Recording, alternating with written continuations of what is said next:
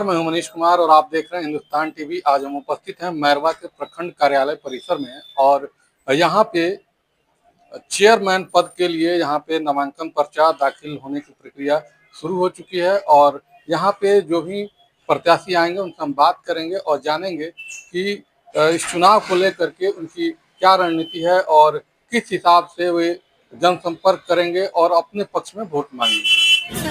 जितने भी बजट पेश हुए सबको घोटालाबाजी करके सबको दिखा के हमने मानती है कि घोटाले हुए हैं। अगर आपको यहाँ की जनता जना दे देती है, अध्यक्ष बनाती है, तो कैसे जनता यहाँ की विश्वास करे कि आप घोटाला नहीं करेंगे। घोटालों का इतिहास रहा, 20-25 वर्ष यहाँ जो भी चेयरमैन हुआ सब पर घोटालों का, सब पर अनियमितता का, सब पर दलाली का, सब पर तमाम तरह के अनियमितता का आरोप है। तो आप कैसे विश्वास जनता को दिलाएंगे, बताइए। मैं ये वादा करती हूँ कि मैं सारे वर्ग के साथ सबकी आवाज बनूंगी।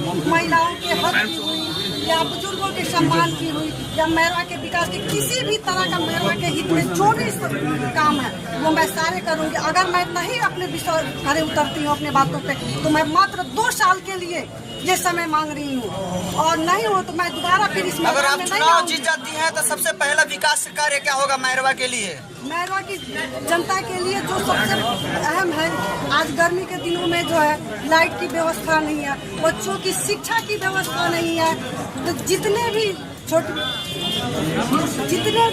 आज तक के विकास में कमियां रही हैं, कहीं बैठने की सुविधा नहीं, कहीं पानी की व्यवस्था नहीं, इस गर्मी में इन सब की व्यवस्था की जाएगी। अच्छा, पिछले बार जब आप चुनाव लड़ी थी तो काफी आपका चर्चा हो रहा था, लेकिन कुछ मतों से आप चूक रह गई। इस बार वो चूक को कितना दुरुस्त कर चुके हैं?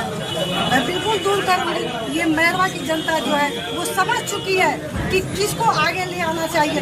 एक महिला जो है आगे आती है तो वो सच्ची सेवा के साथ आती है, सच्चाई के साथ आती है, जरूर विकास होगा। ये हमारा वादा है कि मैरवा जो है एक विकासशील नगर बनेगा। भैया, बड़ा विश्वास था आपको मैरवा की जनता पर। पिछले 3 साल पूर्व जो चुनाव हुआ उस चुनाव में आपको यहाँ की जनता जीतता हुआ प्रत्याशी घोषित कर आपके समर्थन में बड़ा हुजूम दिखाई। मामूली मतों के अंतर से आपने जीत का सामना किया।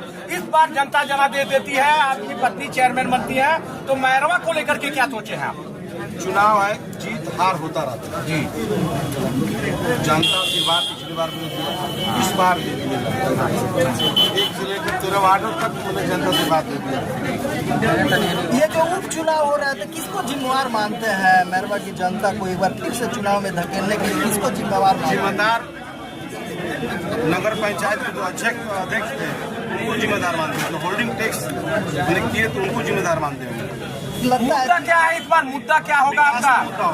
तमाम नलियां, तमाम सड़कें, तमाम जो पुल पुलियां हैं जर्जर है, यहाँ खाली पड़ा हुआ है जी। पैसे करोड़ों रुपया आते हैं, सालों साल, हर साल आता है। अभी 12 करोड़ रुपया चेयरमैन के पुत्र कर रहे हम लाए, वो रुपया कहाँ गया? तमाम रुपयों की निकासी बिना काम कराए करा ली जाती है। आप पर जनता कैसे विश्वास करे? आप भी इसी तरह करेंगे तो जनता को कैसे विश्वास दिलाएंगे? 2 साल में हमने मांगा है जी। 2 साल चाहिए हमको, सिर्फ केवल 2 साल। क्या लगता है 2 साल में पूरा मैरवा का विकास होगा? पूरा तो हम नहीं लेते हैं, लेकिन जो सामने दिखेगा विकास, 2 साल में सामने दिखेगा विकास, दिखेगा। हाँ। पर्चे बता दीजिए। बबलू कुमार जैसा।